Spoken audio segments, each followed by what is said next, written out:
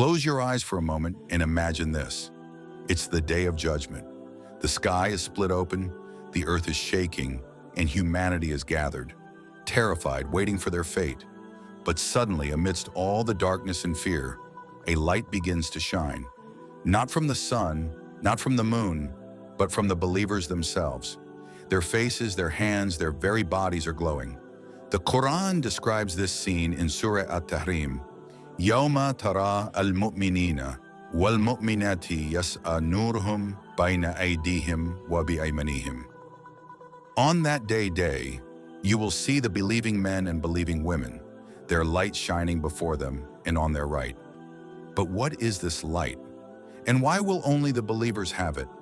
Scholars explain that this light is not just a physical glow.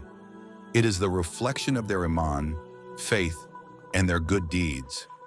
Every act of worship they did, every prayer they prayed, every time they held back from sin for the sake of Allah, all of it will be turned into light on that day. Some narrations mention that this light will guide the believers across the Sirat, the bridge over hellfire, like a torch in the darkness.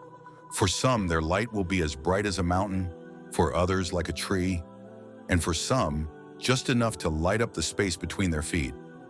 This difference will depend on how strong their faith was in this life. Imagine that moment, when you are about to cross the Sirat. Beneath you is the blazing hellfire, sharper than a sword, thinner than a hair.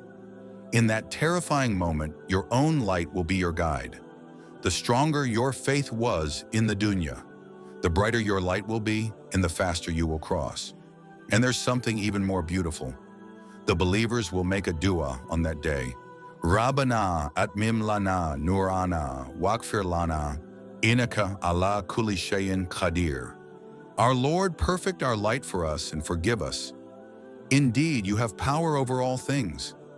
Even on the day of judgment, they will ask Allah to complete their light, to keep it shining until they reach Jannah. This shows us how much they will value that light, because without it, they would be lost.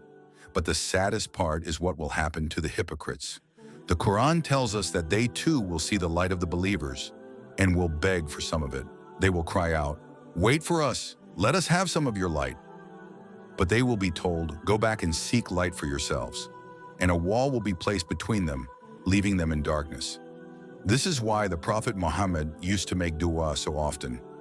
Allahumma aj'al fi qalbi nuran, wa fi lisani nuran, wa fi basari nuran, wa fi sami nuran, asking Allah to fill every part of him with light. Because the light of the hereafter begins with the light of guidance in this world. So what is this light? It is the light of faith, the light of obedience, the light of every moment you chose Allah over sin. It is a light that will not just shine on your face, it will guide your feet straight to Jannah.